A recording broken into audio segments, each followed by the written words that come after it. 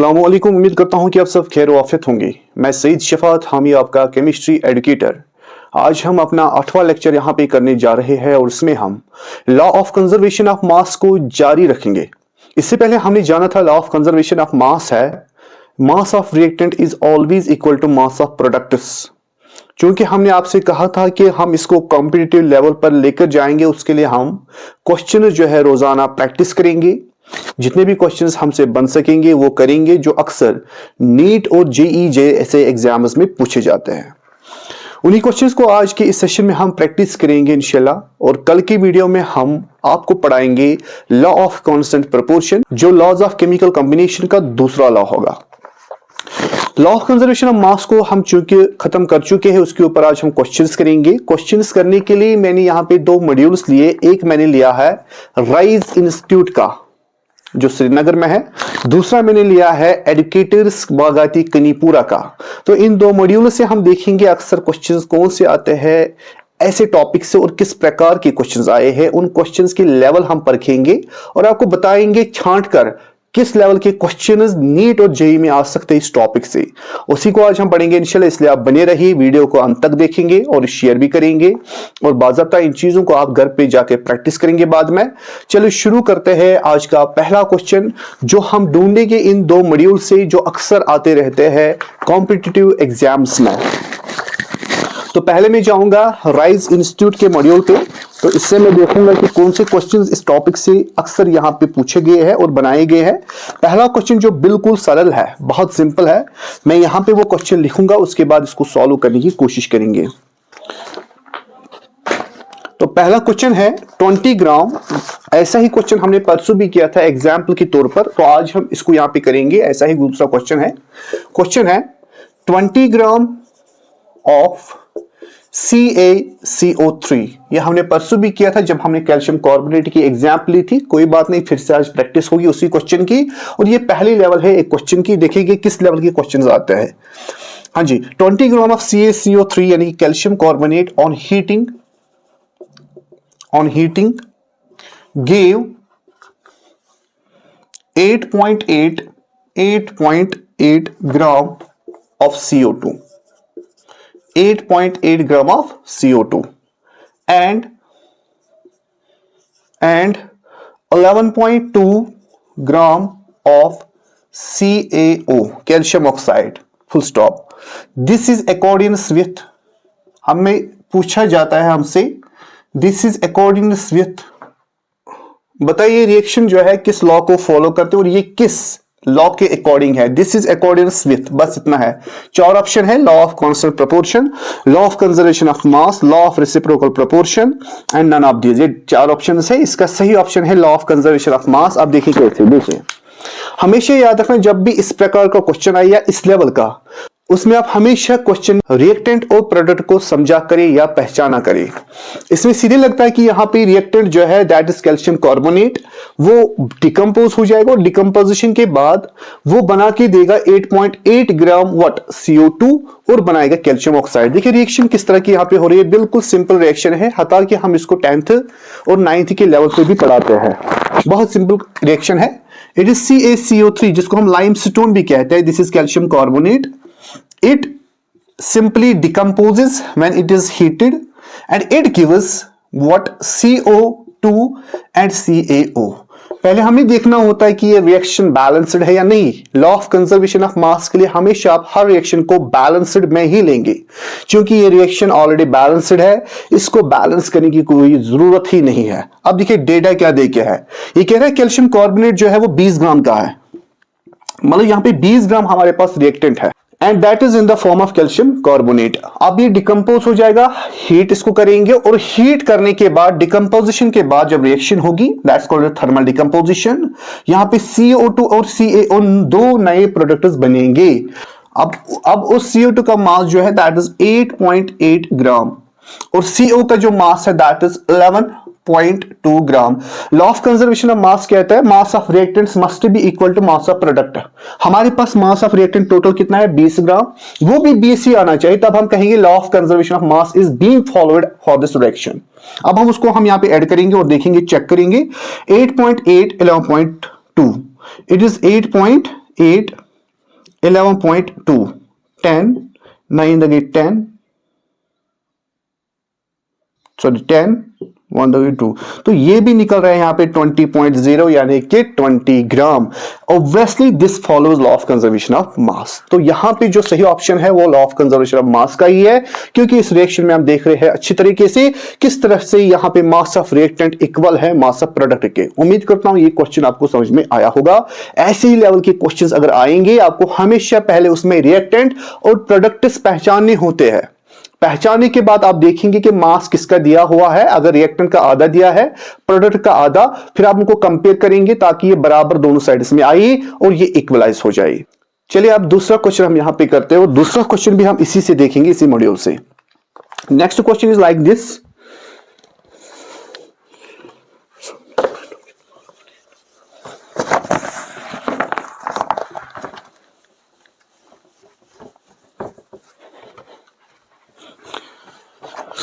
देखिए दूसरा क्वेश्चन क्या है। हाँ जी, 4.2 gram of NaHCO3, 4.2 gram. Question is 4.2 gram of NaHCO3। तो ये रिएक्टेंट हो गया यहाँ पे NaHCO3 which is called sodium bicarbonate. This is a salt और इसके बारे में हम पढ़ चुके हैं 10th में भी। बड़ा इंपॉर्टेंट सॉल्ट है, इनऑर्गेनिक सॉल्ट है ये। This is called sodium bicarbonate. On reaction ये रिएक्शन करेगा, किसके साथ दिखाएगा रिएक्शन? विथ 10 ग्राम। तो यही रिएक्टेंट है यहां पे ऑफ एसिटिक एसिड यानी कि CH3COOH। It is acetic acid liberated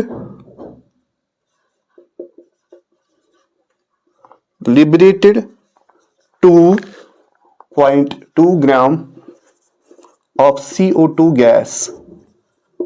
find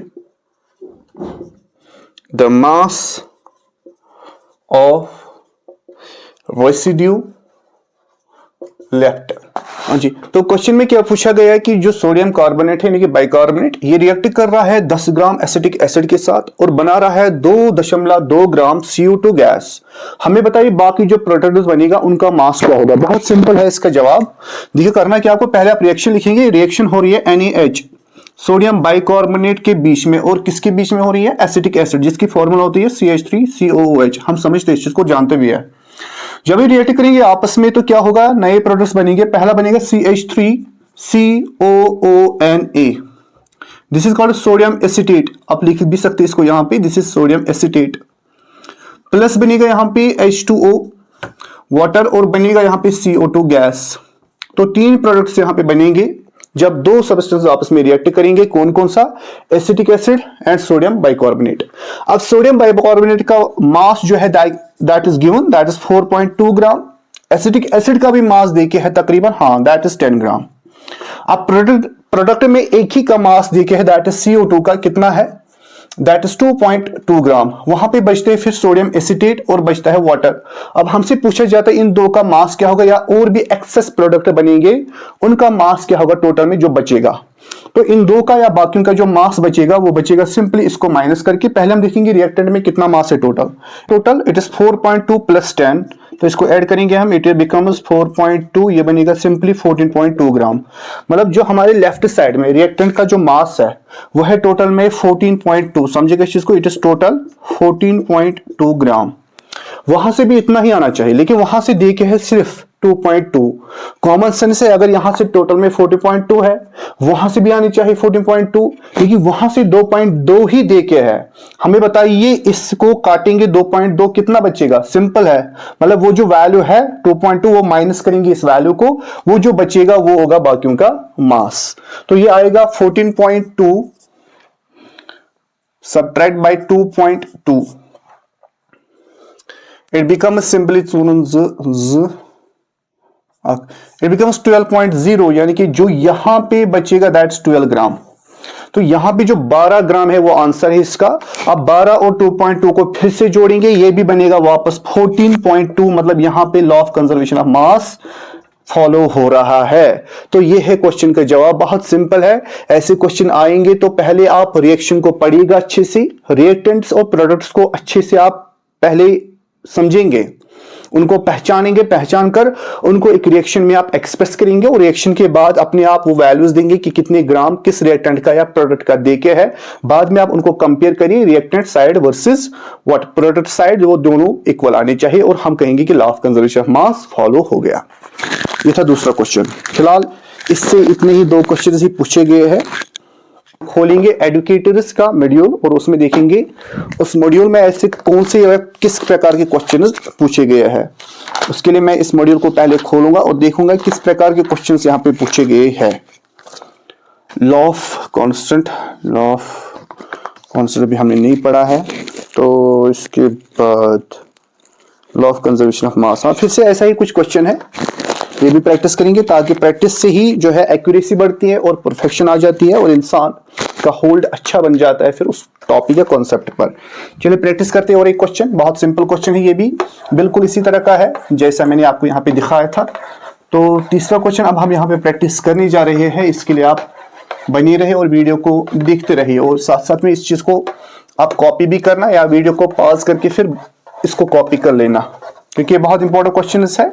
notes बनाते रहिए आप, और मैं यहां से भी नोट्स बाद में इंशाल्लाह दूंगा आपको, लेकिन फिलहाल आप नोट्स बनाते रहिए कॉपी या नोटबुक पर, और साथ साथ में ये क्वेश्चंस भी वहां पे आप लिखते जाइए और इनको घर पे जाके प्रैक्टिस करिए। बहुत सिंपल क्वेश्चन है, जरूरी नहीं कि हर टॉपिक पे ऐसे ही सिंपल क्वेश्चंस हो, आने वाले टॉपिक्स पे हो सकता है थोड़ा एडवांस लेवल के क्वेश्चंस हो और वो थोड़ा आपको डिफिकल्ट लगे, लेकिन मैं कोशिश करूंगा उनको सिंप्लीफाई करने की ताकि आपको ज्यादा से ज्यादा वो चीजें समझ में आए और आप अच्छी तरीके से उन क्वेश्चंस को फिर बाद में खुद भी सॉल्व कर पाए। चलिए ठीक है, तो क्वेश्चन क्या है?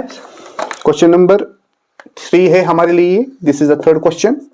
क्वेश्चन है 5.8 ग्राम ऑफ सोडियम क्लोराइड, यानी कि क्या है रिएक्टेंट यहाँ पे, सीधे हमें लग रहा है दिस इज NaCl, ठीक है, बहुत सिंपल है। इसका 5.8 ग्राम देके है, वॉज अलाउड इसको टू रिएक्ट कराया गया है NaCl को विथ किसके साथ, it is 9.8 gram of H2SO4 यानी कि सल्फ्यूरिक एसिड। इसने सीधे नाम लिखा है, इसकी फॉर्मूला नहीं लिखी है, it is sulphuric acid full stop. 12.0 यानी कि 12 gram of sodium hydrogen sulphate, sodium hydrogen sulphate यानी कि NaHSO4 सल्फेट एंड गैसेस, एक गैसेस हाइड्रोजन क्लोराइड यानी कि HCl and gases hydrogen chloride वो फॉर्मड। तो 2 प्रोडक्ट्स यहां पे बने हैं, इनको पहचाना है और देखना है ये कर रहे हैं law of conservation of mass follow या नहीं। कैलकुलेट, हमें क्या निकालना है, calculate the mass of the gas formed, हमें उसी गैस का मास निकालना है जो यहां पे बना है यानी कि HCl। Calculate the mass of the gas formed यानी कि यहां पे हमें देखना है हाइड्रोजन क्लोराइड HCl जो बनेगा उसका मास कितना है। पहले हम रिएक्शन को लिखेंगे, इसको एक्सप्रेस करेंगे यहाँ पे बोर्ड पर। पहले हम पहचानेंगे यहाँ पे रिएक्टेंट क्या है, देखिए ये देखिए ये देखिए है, इट इज NaCl। NaCl को आपने किस में डाल दिया, आपने इसको डाल दिया H2SO4 में, सिंपल रिएक्शन है। अब यहाँ पे रिएक्शन होगी, तो रिएक्शन के बाद क्या होगा, यहाँ पे नए प्रोडक्ट्स बनेंगे। पहला बनेगा sodium hydrogen sulphate, it is NaHSO4 plus, और बनेगा यहाँ पे hydrogen chloride gas that is HCl। अब देखो डेटा क्या दे गया है, 5.8 ग्राम आपका NaCl है, सिंपल है। H2SO4 कितना दी गया है, दैट इज 9.8 ग्राम, बहुत सिंपल। इसके बाद जो 12 ग्राम है वो इसका दे गया है सोडियम हाइड्रोजन सल्फेट का, दैट्स 12.0 ग्राम। HCl का आपको निकालना है, बहुत सिंपल है, कुछ नहीं करना है। पहले इनको ऐड करेंगे, देखेंगे रिएक्टेंट में टोटल मास कितना है, उसी को फिर कंपेयर करेंगे उसके साथ, वहां देखेंगे कितना अभी बकाया है, वहां देखेंगे कि कितना अभी जो है जरूरत पड़ रहा है मास। यहां पे देखेंगे पहले 9.8 प्लस 5.8, बहुत सिंपल है, 8 8 हो रहा है 16, 15, इट इज 15.6 यानी कि यहां से टोटल जो मास आ रहा है दैट्स 15.6, समझिए इस चीज को। अब यहाँ पे 12 देके है, लेकिन 12 में से जो है ना HCl का नहीं देके है, तो 12 अगर वहां से देके यहाँ पे कितना आ रहा है 50.6, तो उसका जो मास है वो इसके साथ मैच होना चाहिए। अगर यहां से 50.6 है, वहां पे कितना देखे है 12.0। अब वो इसको माइनस करेंगे, जो बचेगा वो होगा बाकी का मास। तो कैसे करेंगे आप देखिए, 15.6 इसको हम सब्ट्रैक्ट करेंगे 12.0, इट इज 6 तो 3.6। तो इसका सही ऑप्शन होना चाहिए 3.6। हाँ वही है और दे के भी है, तो दिस इज 3.6। अब इसको टोटल करेंगे, ये भी बनेगा व्हाट 15.6 ग्राम। तो यही है law of conservation of mass. I hope you got it. अब इसका जो सही ऑप्शन है वो इसमें दे के है, यानी कि ऑप्शन बी इसका आएगा, दैट इज 3.6 ग्राम। तो ये इसका सही आंसर है। I hope you got it. तो सिंपल रिएक्शन थी, सिंपल डेटा दे के था। लॉ ऑफ कंजर्वेशन ऑफ मास के लिए हमें मास निकालना था किसका, HCl का। ये थे 3 क्वेश्चन जो हमने आज प्रैक्टिस किए। अब इसके बाद हम और एक क्वेश्चन प्रैक्टिस करेंगे, 1-2 जो दूसरे लेवल के होंगे, और ऐसे ही लेवल के क्वेश्चन इससे पूछे जाएंगे इंशाल्लाह। इसके अलावा नहीं पूछे जा सकते हैं, क्योंकि मैंने जो पेपर्स देखे हैं पिछले साल के, कई सालों के, तो मैंने देखे अक्सर यही क्वेश्चन पूछे गए इसी तरह के, यानी कि इस टॉपिक से, लॉ ऑफ कंजर्वेशन ऑफ मास से।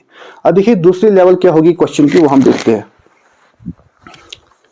वो भी इसी मॉड्यूल से मैं निकालूंगा, और उसी के ऊपर आज हम थोड़ा यहाँ पे तबसरा करेंगे और देखेंगे किस लेवल का क्वेश्चन वो पूछा गया है या पूछा जाता है। तो ये आपको समझ में आया होगा, बहुत सिंपल है।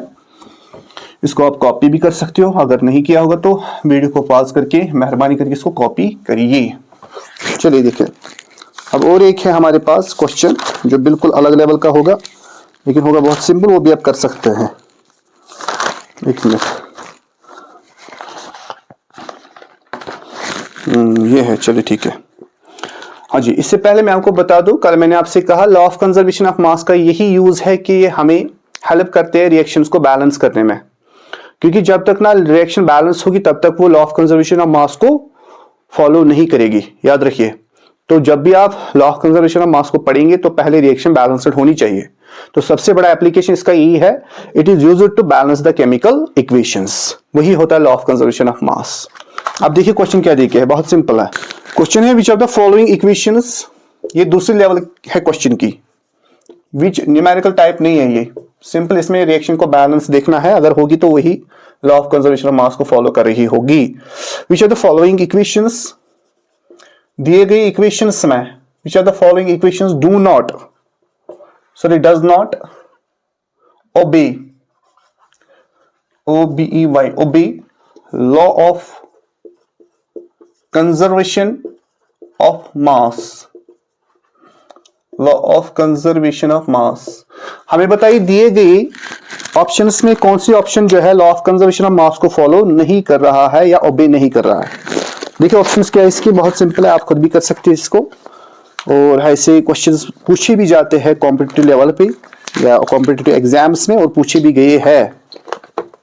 पहला ऑप्शन है simply 4H plus O2 gives 2H2O, ये है पहला ऑप्शन। दूसरा option H2 plus O it gives 2H2O, C part. Yes, third option that's 2H plus O2 it gives H2O, D both B and C।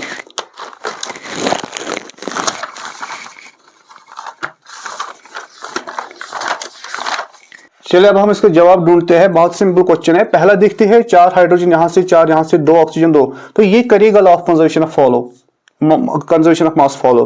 लेकिन पूछा गया है इनमें से बताइए कौन सा ऑप्शन जो है law of conservation of mass को ओबे नहीं करता। पहला तो करता है क्योंकि बैलेंस्ड है। कैसे, यहां से 4 हाइड्रोजन है, वहां से 4 है, 2 ऑक्सीजन और 2 ऑक्सीजन। जब इनको हम रिएक्शन में, जब इनके हम मासेस निकालेंगे तो वो सेम निकलेगा, जितना रिएक्टेंट का होगा उतना प्रोडक्ट का, क्योंकि रिएक्शन बैलेंस्ड है। दूसरा देखेंगे हम, यहां से 2 हाइड्रोजन, वहां से 4 हाइड्रोजन, 1 ऑक्सीजन, वहां से 2 ऑक्सीजन, सीधे लग रहा है कि ये अनबैलेंस्ड है, तो ये law of conservation of mass को फॉलो नहीं करेगा, याद रखिए। तीसरा देखेंगे, 2 हाइड्रोजन 2 ऑक्सीजन 1, तो ये भी नहीं करेगा क्योंकि ये अनबैलेंस्ड है। तो इसका सही ऑप्शन आना चाहिए बी एंड सी, यानी कि डी पार्ट इसका सही ऑप्शन आना चाहिए। हम चेक करेंगे डी पार्ट है क्या इसका, क्वेश्चन नंबर 15 यहाँ पे है ये, तो डी पार्ट इसका सही है जी। तो इसका यही आएगा बोथ बी एंड सी, क्योंकि दोनों लग रहे हैं कि यहाँ पे अनबैलेंस्ड है, जो law of conservation of mass को कभी फॉलो नहीं करेंगे। I hope you got it.